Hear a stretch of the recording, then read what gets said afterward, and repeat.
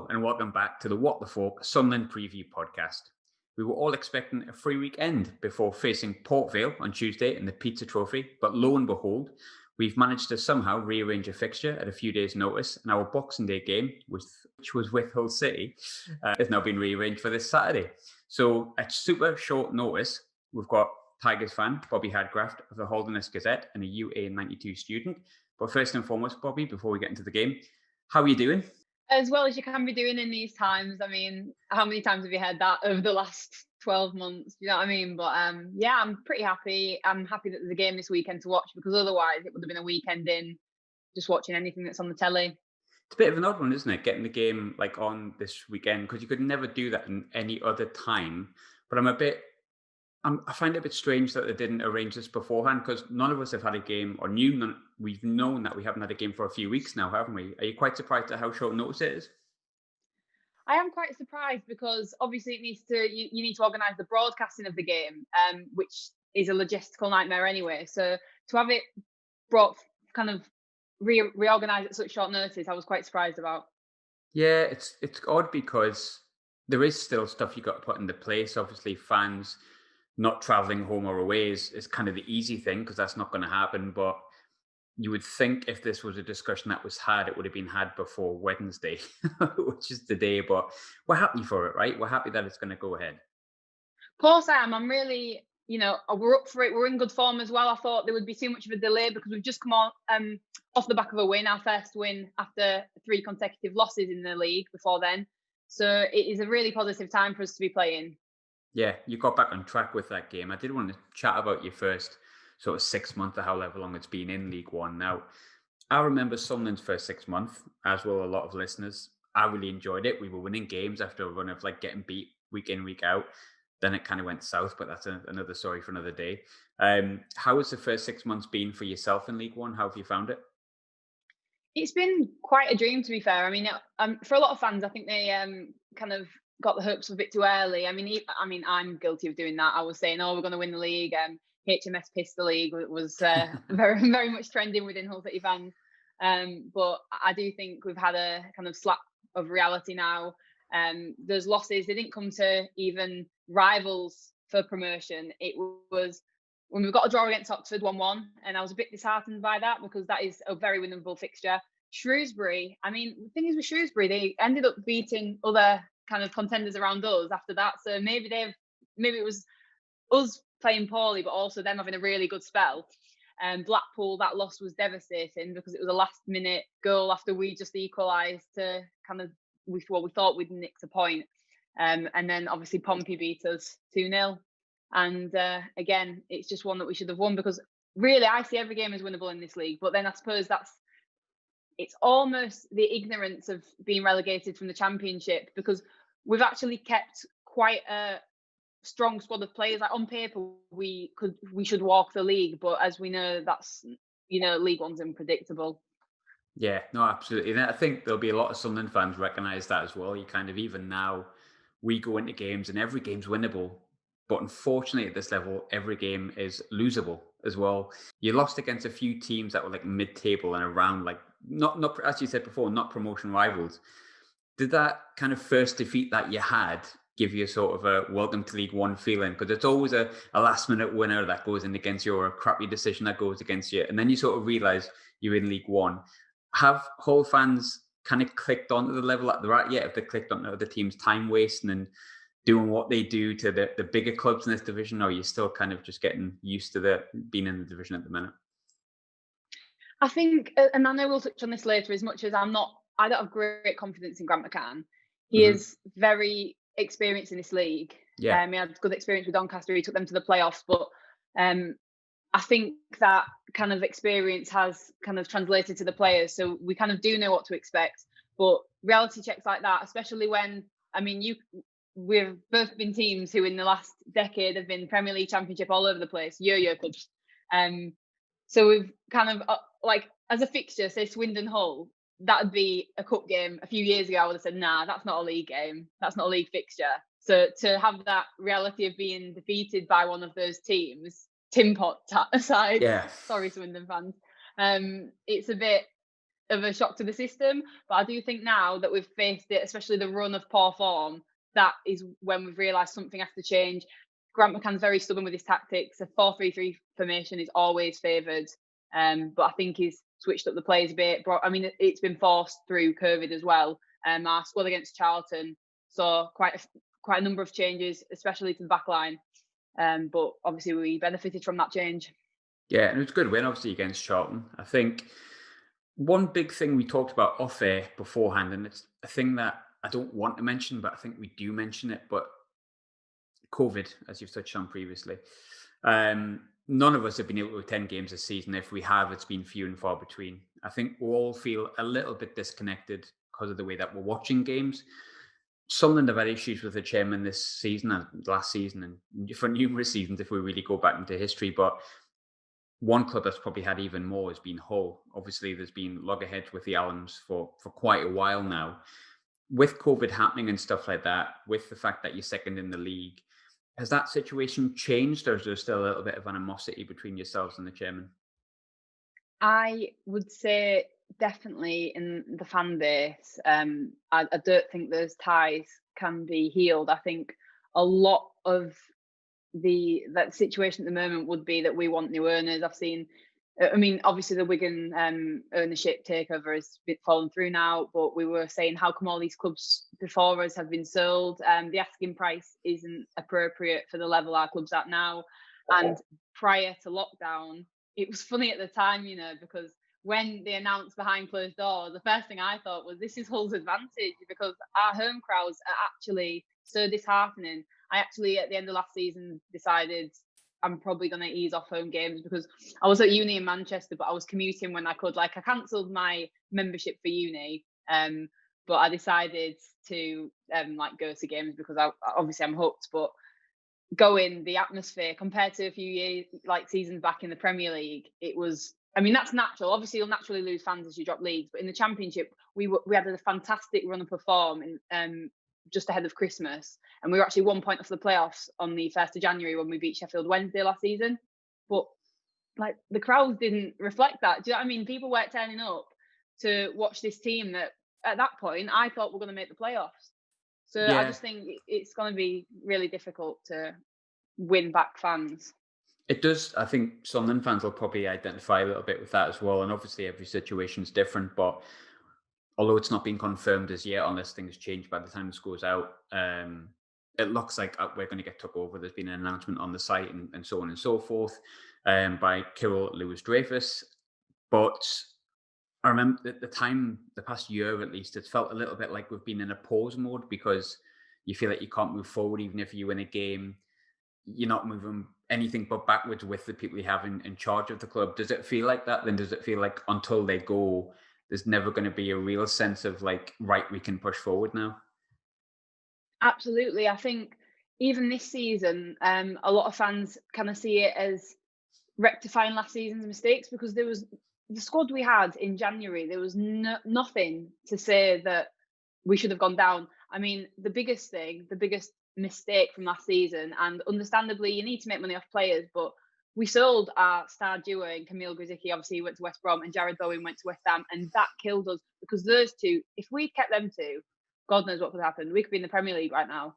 And I think a lot of people are upset that they saw the money, and obviously, the players' personal circumstances, they'd want the big move.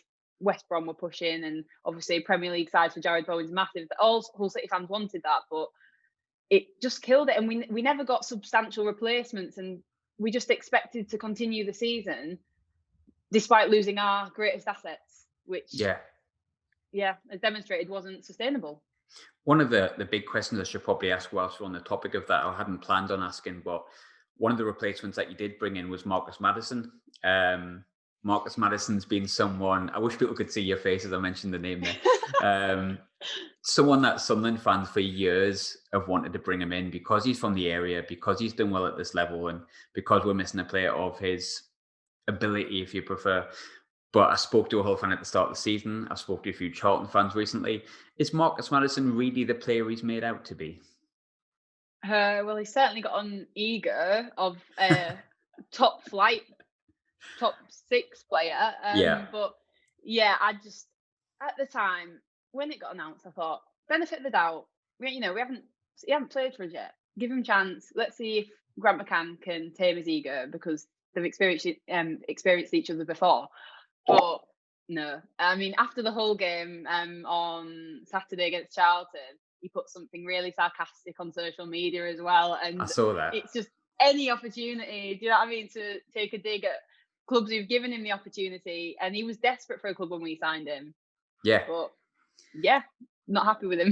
Because I'm I glad he's remember gone. when it happened, we thought like he'll go to Hull, he'll do well, he'll end up signing at the end of the season because it was obviously his contract was up, so it looked like a 6-month loan deal, and then he would sign. But I think it was a particular game. I think it was the Leeds game I might have watched, and he looked woeful. And I did see that message he posted, and it's kind of it was offensive to his own club in a way because he was on the bench again, wasn't he? So it's kind of offensive to the club he plays for and the club he's just left. But I always like to touch on that because I never felt he was the man to change someone's fortune. So it's always nice to get an outlook that at least agrees with mine. So thanks for that because you're making me look like I was Mystic Meg. When it comes to Hull in general, then I suppose you were our first opponent of the season. I think on that day, although you beat us on penalties, I felt we were the better side. And I thought, Hull might struggle a little bit here. But then you went on a really good run of form. I think you won, should we say, the majority of the games at the start of the season. What do you think was the reason for your good early season form? Because a lot of teams come down here and they get that reality check immediately. You've maybe got it in the middle of the season, but you're still sitting second. So what's the reason behind the good form? So as I've already touched on, I think Grant McCann and his experience, because I really didn't think that we would make such a superb start as we did. I was quite surprised, but I think we have a squad who were kind of on the fringe of last season's team, and I think they all had something to prove. So kind of that combined determination and kind of eagerness to prove that they are first team contenders, despite it being a league below. I think that's what really pushed us forward. And like I said, Grant McCann's knowledge of the sides. Someone I do wish, despite our form, would have shone a bit more would be Tommy's, because obviously we played Gillingham on the opening day, and I really hoped that for the rest of so far that he's shone, but he hasn't. But other than that, I think we've got a lot of young players. That is what I do like about the club. As much as fans dislike the Allams, something they did do when they took over was they've invested so much in the academy, and we've really got a lot to show for it. Our back four on Saturday, Jacob Greaves, he's a Hull lad. Brandon Fleming went to my school. We've had Callum Jones, he's a young lad who's come through as well this season. We've given so much opportunity to them, and I really think that can't be a factor that's overlooked. And that, in combination with, like players we'll mention later, George Honeyman, who's got serious maturity and experience in this league, all together, the young lads can learn off them, and I think it's influenced our performances. It does give you that thing, doesn't it, in League One? And, there's personally, I think our best player is Lyndon Gooch, but when he first dropped into this division, he was sort of learning how to be professional football. And, over time, it does give certain players, and Honeyman was one of the beneficiaries as well, of that game time. Is that one positive of Hull at the moment then, the fact that you're getting some young lads in the team, first team experience that can grow with the club and hopefully give you a positive future with, fingers crossed for yourself, new owners then? Definitely. I think as long as they're not sold off prematurely, I always think that's important with academy players to kind of nurture them at the home club, rather than selling them on when really, I mean, it's not just to benefit the club, but financially, so much more can be gained. Like even though we sold Jared Boyden at a time when a lot of fans disagree, if we sold him sooner, because we sold him when he was a massive asset, obviously doing fantastic now. It's not like we've sold a fake star, but we sold him at his prime and we got a good price from West Ham. It's a bit like, I'm trying to think who we sold. Andy Robertson prematurely, yes, and obviously Harry Maguire. I mean, obviously we've got a cut of that, but imagine if we'd kept him a bit longer and developed the talents a bit more. But otherwise, I think definitely to benefit the club, and also hopefully if we get promoted, they'll want to be part of that core championship side, dare I say it. I'm going to touch wood, but yeah. Yeah, of course. No, that makes a lot of sense. We talked about the fact that you are second, that there is there is positives around Hull at the moment. You're second in the league. I would imagine you're going to be there or thereabouts the automatics come the end of the season. But we've also spoke about the past few games. Take the Charlton result out of the equation. It's been, should we say, your stickiest patch so far because of those defeats, although it's not been as sticky as it could be.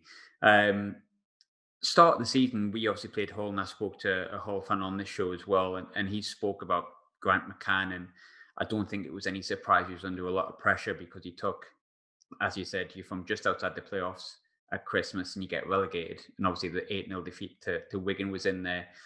All of that came with a lot of pressure, and I was quite surprised that McCann actually started the season at Hull. He started well, so that eases pressure. Now that he has hit that slightly sticky patch, has the pressure ramped up on him a little bit, or has he won a bit more time with where you are in the league and the positive start? A lot of fans, I mean, if you'd asked one game prior to the Charlton game, everyone was McCann out because they think we need a fresh start. It's looking like last season again. That's what's the worry is. We're worried that we've lost that momentum and that's it, because he had half a season to find a way out of the slippery slope we went down, and he didn't. He just didn't. We had one win in the kind of final relegation scrap against Middlesbrough, thinking, even then I thought, oh, this is it, we're fine now, because we won a comfortable amount of points really for a relegation scrap, but then we ended up finishing bottom because everyone around us, I mean, I don't know whether you saw the relegation. Yeah, I did. Yeah. Oh, it was crazy, like who ended, like Luton staying up. I wouldn't have bet on that, but yeah, so it's been quite worrying, especially when you look at teams like yourself, and especially Ipswich always seems to start really well for the previous few seasons and then they slip. So that's what I looked at. So really, even I wanted a change. And like you said before, Grant McCann was actually linked to Chef Wednesday, wasn't he? Yes. And at that point, before we played Charlton, I said I'd buy his train tickets. I mean, that's my point of view. But like I say, just winning back the fans is correcting the mistakes from last season. So as much as, oh yeah, we're buzzing to have good results, we still feel like it's McCann's problem to solve. We don't feel like, oh, McCann's a wonder manager. He's just getting back to the place that he started, because we brought him in when we were a mid-table championship side. Do you know what I mean? So Yeah. We had that with Parkinson. I think, even if he won 6 to 7 games, it felt like, and I touch on it again, like very similar to the owner situation. You feel like you're in like a pause mode.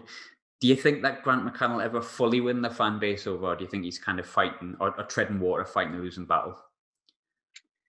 I think the thing is with Grant McCann, he's a League One manager. Mhm. So maybe, I mean, if he got us to the playoffs in the championships, and I'm sure players, sorry, not players, fans would kind of celebrate that. But the thing is, what you're saying about losing battle is, no matter what happens at City, after a win, everyone's happy because we've won, because that's football. But after a loss, it's always like people bring in the owners, and especially relegation, it really highlighted it, because and what was highlighted at relegation was that it's always there, and even when we're on good results, in fact, results aside, even when everything seems fine, something will come out. Like one of our academy prospects, Keane Lewis Potter, he's fantastic. He'll be a big player in a few years. We weren't playing him unless he signed a new contract. So that's the politics behind it and all, and that was happening. We were having that was during our poor run of form, and a lot of people were actually blaming the poor run of form on the team morale because of the Keane Lewis Potter situation, because he is at the core of the team. So we could be playing so well and something would happen in the background. We had problems with memberships. We didn't offer concession tickets. So if you say, Remember that? yeah, so obviously like it's different now. But so kids were paying adult prices. Obviously, away fans suffered from that as well. So there's always something in the background that's negative. Even like we could win 10-0 and something negative would probably happen the next day. So Yeah. it always feels like there's something there. Yeah, being a Sunderland fan, I can definitely 100% relate to that, to be honest with you. On McCann, it was the second half of the season, as we've touched on, that really affected you, and it was probably the sale of Jared Bourne and Grzycki that really did affect you. But I think, as I said sort of slightly earlier, I was really surprised at the players that he brought in. I mean, off the top of my head, it was Eves, Mark Wilkes, Honeyman, and Maddison were the first 4 names that came up.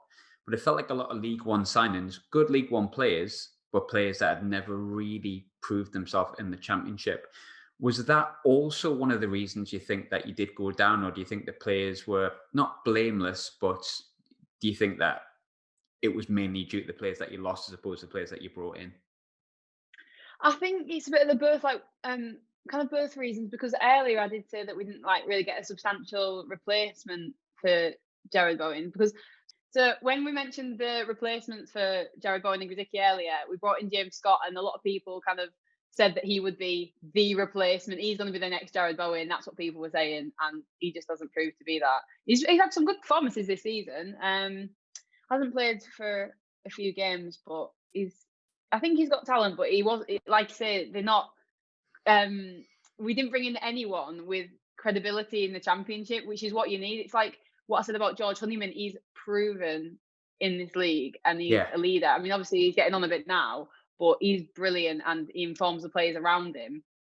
But I just think the team we had just didn't have the experience and also the compatibility, because they were all thrown in together. I mean, it's quite a lot of new signings to bring in January, and expect them to work together as the core squad. Yeah. So I think, as much as I do always believe that Jared and Grzycki had a massive influence on the team, not just kind of with their like ability, but with the actual morale of the team afterwards, with that massive loss, because everyone knew they were the stars of the show. So yeah. I mean, if you lose a big name, I mean, it does run through the club, because then it's not just the fans, I think, who's going to replace them. And then the pressure comes on the person that you brought in. And obviously Marcus Maddison being one of the players you brought in was maybe a slightly different personality what some of the players might have expected. You can totally understand that. But the players that you brought in this summer, I actually thought on paper were probably even slightly better than the ones you brought in last season. Now, I stand to be corrected with that, but Greg Doherty is a player I've watched a fair amount when he was at Shrewsbury. Obviously, he was at Rangers, a club I watched quite closely. I think Greg Doherty is pound for pound one of the best box-to-box midfielders in this division. I think Richie Smallwood obviously came from Blackburn. Richie Smallwood knows the division above. He's very experienced. Have there been your standout players this season, or would you pinpoint other factors to this season as being your best players? I think it's a combination of both. Like you mentioned, Greg, he has been probably the best. I'd say he's the best deal in League One. I'm not I mean, surprised. a lot of fans agree. I can't believe we've found that gem. I'm surprised no one else beat us to him. But I hope we keep on. I mean, it's January now; it's dangerous time. But I haven't seen any rumours. But I think players which didn't have the chance to shine last season, like Malik Wilkes, he's been massive. I mean, he's my favourite player at the minute, except for Matt Ingram. But that's just because I don't know. I just love him. He's our goalkeeper. But I know not many people have a favourite player who's a goalkeeper, but he kept so many clean sheets in a row, and I just got infatuated with him. But I don't think he'll start against Sunderland. But again, I'll point him out. He was QPR's third choice keeper, I believe. We signed him. Didn't really get a great deal of opportunity because we always start George Long. But after people lost faith in George Long, we now play him. Well, except from in the last few games, because, like I say, he's been affected by that dip in form. Yeah, he made a few mistakes. But I'm biased because he's great. It's like me with George Dobson. I'm the same like that, and everyone hates George Dobson, but I'll just make allowances from even though he's rubbish. Yeah, Exactly. I get that. Hey, you'll get his shirt when he's giving it away. Yeah, exactly. I'll be the only one that wants it, probably, to be fair. So I get that. But like I said, it's given those players an opportunity. You say about Richie Smallwood, he's got great opportunity, experience at Blackburn, so he was someone again a bit like Honeyman, with kind of that experience and ability to translate that to the players, the younger players. Adelakun, he's amazing, but we've just lost him. His parent club Bristol City have just called him back, and he scored on Saturday. I saw that. So that actually is devastating, because a lot of the players like Greg we've permanently signed, which was actually really positive for us, because often we just sign people on loan like Wilkes, but thankfully we got him on a permanent, and he's been I mean, obviously there was a lot of personal issues around court cases, etc., but he's been faultless. He's my favourite player, like I said, in terms of ability. But I'm devastated to lose that loan signing. So if we can get another loan signing, perhaps from the Championship, most realistic, because obviously we used to get Harry Wilson. I mean, look at him now. But yeah, of course, great player. Now we get the fringe players from the Championship. But if we can get someone like him again, because obviously he's proven himself so much here that Bristol have wanted him back. I mean, that could be partly to do with COVID and COVID the situation, yeah. need for to change up players. But yeah, I can't fault the signings this season. I hope we do a similar job in January and hopefully not lose any of our stars again. You talked about Malik Wilkes. Now, we remember him when he was at Doncaster, because Doncaster got into the playoffs the season that we got the playoff final. He was one of their stand-up players under Grant McCann. Do you think that's kind of helped him continue to do well because he's gone with continuity with Grant McCann? Has that been one of Grant McCann's like secret successes, that he's brought someone in that he knows and he's done well? Is that one of the positives? Well, I think it must have been his tactic, but it didn't quite work in the Championship, because that's obviously what he did, and it got to the point where when we were relegated, we were like, I was calling us and everyone else was saying, you know that Spider-Man meme where they're pointing at each other? Yeah. It was us and Peterborough and Doncaster, so we'd become this Peterborough-Doncaster hybrid because we were signing all Peterborough's players, and then obviously a lot of Grant's players from Doncaster, and that didn't work in the Championship, but it's worked kind of now. I Yeah. mean, I don't want to speak too soon because of our dip in form, and we've had one win against Charlton, the other red card. I don't want it to just be an anomaly, but yeah, I mean, it's worked in some ways, like with Wilkes, but in other ways it hasn't. I think signing, say, like I mentioned, Tommy Eaves from Gillingham, he just hasn't had the same kind of impact. And Wilkes was a gamble because, but I don't think Barnsley played him in the right position. So I feel like Grant must have seen their mistake because he saw his potential at Doncaster and then knew he could bring that to Hull City. So yes and no. With Tom Eaves is a funny one because he was another player that was, I think he scored 20 plus goals for Gillingham in his first season. I wasn't sure if he was Championship level. I'll be totally honest with that. I wasn't sure, but there was a few Sunderland fans I think that would have had him when we signed Will Grigg, which in hindsight probably still would be a good idea. But Tom Eaves hasn't really hit the ground running, even in this division. Why is that not working out? Because he's still getting his game, but he's not really scoring the goals, is he? No, I think we've had a lot of these kind of fluky strikers, and I didn't want to say it. I didn't want Tommy Eaves to be like that, because I don't know whether you know anything about his personality, but he's just such a nice guy, like genuinely nice kid. guy. Yeah. And we've had players like, I think the last one was Will Keane, and then we had Diamandi, and they were the same. We were giving them all the opportunities we could, but they just weren't converting. And even Charlton, the amount of opportunities he had, and he just doesn't take them. But thankfully, it didn't cost us them, but it has costed us before this season, just because he can't take his chances, and they're not difficult. And you think someone who, like you say, has that record at Gillingham, that's what I thought. I thought, even in the Championship, I'm very naive, as you can tell. I thought, oh, on paper, aren't we all? goals, yeah, because it's only when it's your own club though. Yeah, of course. I thought this is it. We've got a gem here. I'd love to look back at the tweets when we signed him. I was like, oh, this is massive, but just no. Even in League One, I thought when we went down, I thought this is Tommy's time to shine. And at the start of the season, he was all right, but for a League One striker with that sort of record, he's just not. He doesn't do it for me. We need. I mean, I like him, but I don't think he's the man for the job here. Yeah, and there is I think since we've been in this division, I think a lot of people would say you need someone who's going to score 15 to 20 goals. Otherwise, you might struggle to get promoted. But yeah, I noticed he hasn't really hit the ground running. But I had to come on to it.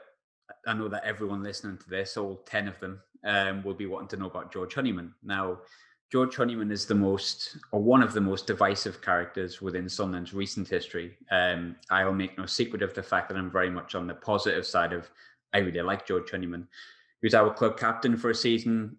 Some people think that he was the wrong choice. Some people don't think he was ever good enough. He got relegated to Hull last season. That kind of, I think a lot of people looked at that and said, well, that's kind of vindication of why we didn't rate George Honeyman. But he's came down to this division on stats alone. Looks like he's doing really, really well. He's got the captaincy at Hull now as well. From what I've seen on Hull Twitter, he's really, really well liked. His hair's got considerably longer, which I don't know what he's doing with that. But what are Hull's opinions of George Honeyman? What's he bringing and what's he not bringing? Well, first of all, I think he suits the long hair. On the back of that. No, I mean, have you seen the Who Scored Team of the Week every week? Yeah, Have you he's in it seen? often. Yeah, Yeah. he's.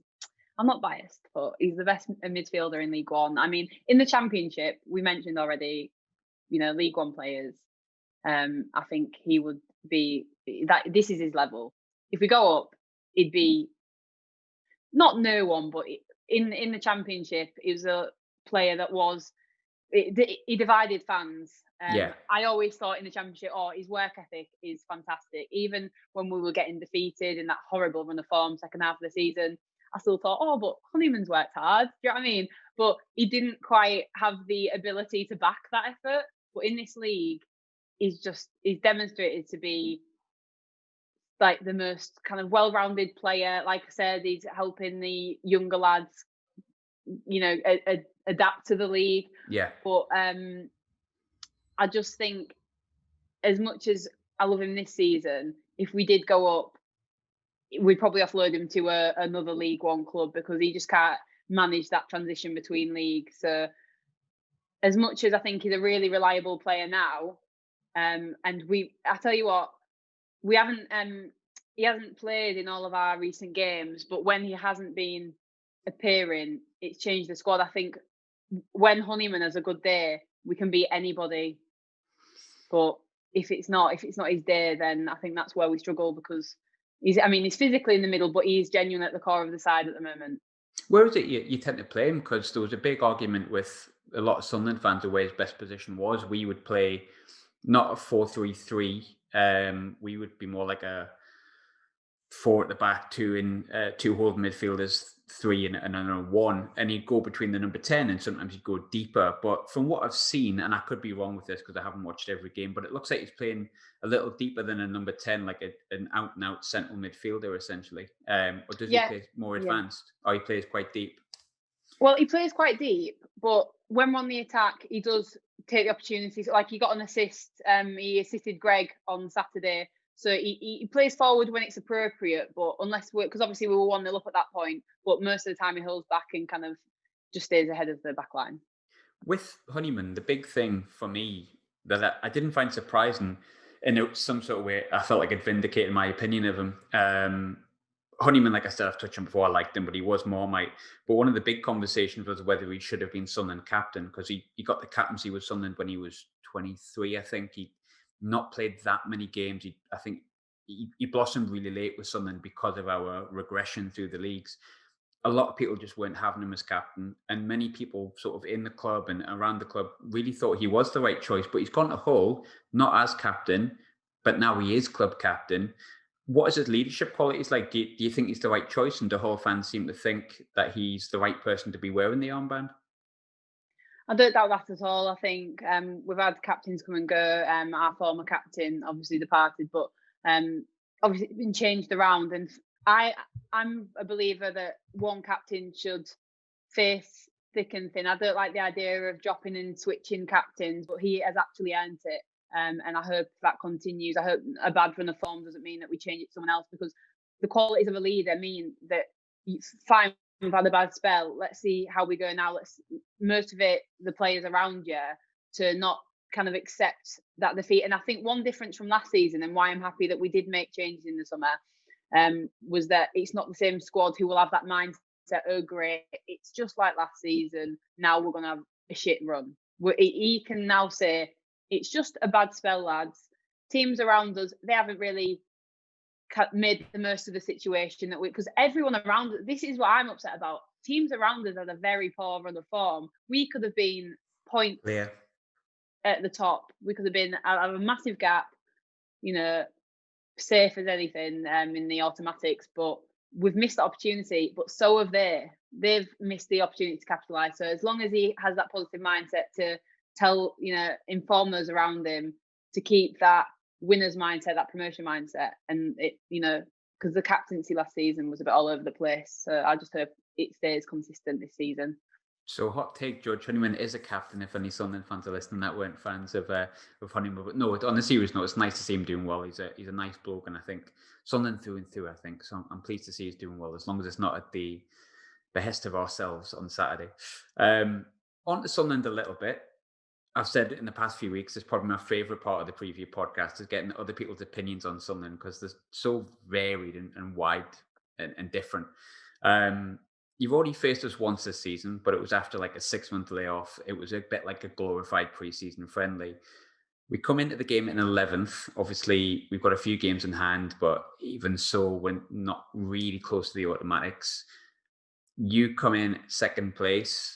You've only got the one win in the four. But from an outsider's perspective, before we go on to the game on Saturday, what have you made of Sunderland's season from what you've seen? I think it's what's to be expected after you've kind of been in this league for so long. Because what I always think, and I'm not making this about Hull City again, but because I think we're very similar clubs, so we're Ipswich. But I think you go down, you have that one season to bounce back. But once you don't bounce back, your best assets leave, and then you're stuck with a predominantly League One squad. And now you've been in this division for quite some time now, a lot longer than many had expected. But I just think that it's going to be another season where you might just miss out. I think you might just miss out on the actual playoff spots. I'd love, I like to see you doing well, but I just think that you're probably not going to get quite there with the squad you've got. I don't think your performances have been exceptional, and this is a tough league. If you miss out on those kind of opportunities to capitalise and beat the teams below you and around you, then I don't think you're going to make it to the top because it's so tight up there. Yeah, no, it feels like that. Sunderland 0 draw against Northampton, defeat against Wigan, a 4-0 win against Lincoln out of nowhere for no apparent reason. And obviously the COVID situation hasn't helped that, but I think maybe a lot of Sunderland fans feel like that as well. With your lot going for effectively the title, I'm sure you'd take second. I think getting up there is getting up there, doesn't matter. And don't worry about offending us here, but do you legitimately see us as promotion rivals? Like, would you see Saturday's game as like a big promotion game, or do you think there's better teams in this league that you're more concerned about? I think on paper, like I said before, size of the clubs, I think a lot of people are quite interested in Hull Sunderland. Yeah, But in terms of league positions, this is another winnable fixture. The only thing that, as you mentioned, that 4-0 defeat, when you defeated Lincoln 4-0, because obviously they're up there with us. And fair enough, like you say, it might be a one-off result, but you don't just win a game 4-0 unless it's justified. I mean, maybe 1-0, a scrappy smash and grab, but 4-0, I think there must have been some quality in there which kind of led to that win. And you might have just had a bad spell since, but I just think your problem is inconsistency, because you can win a game like that. Even that, when you won that game, I thought, oh, Sunderland are going to be in the race now. But since then, you haven't demonstrated that. I mean, the draw to Northampton, I really like Northampton. They were my second club when they were in League Two when we were in the Championship, but now we're in the same league. And I've been following them, but they're very poor this season, and yeah, that is a winnable fixture.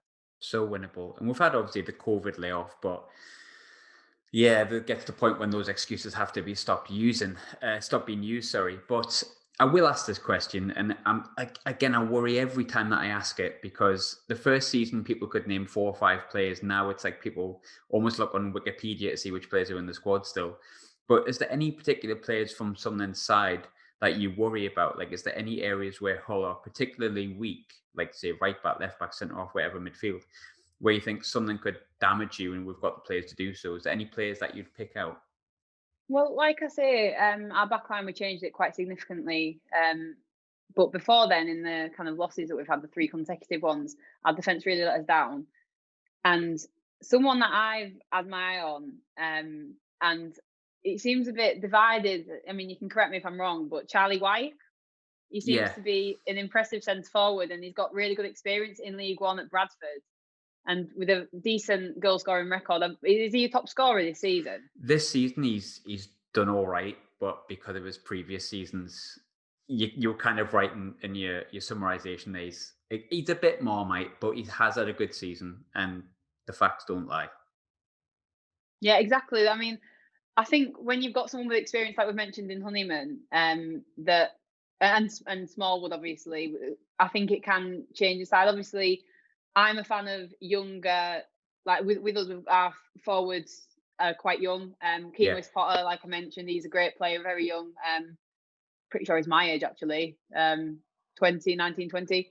But he's excellent. He's got that kind of eagerness. But I think at the moment, you seem to be depending on kind of a long ball game, and he seems to be a target man who's there to kind of take the opportunity. Yeah, we're hoping it changes with Johnston. The Lincoln game completely outside of it, but we've had a lot of possession this season without really doing anything with it. But I think Charlie White's on 10 goals, which is not a bad return. So although it might be a surprising thing for a lot of people to hear, he is getting mentioned more week on like by opposition fans. So, he is having a good season. I can't deny it. But I don't know if you're a person that makes predictions, but final question is always is have you got a prediction for Saturday? I'm going to be positive because I was quite worried because I feel like we've got quite a bad record.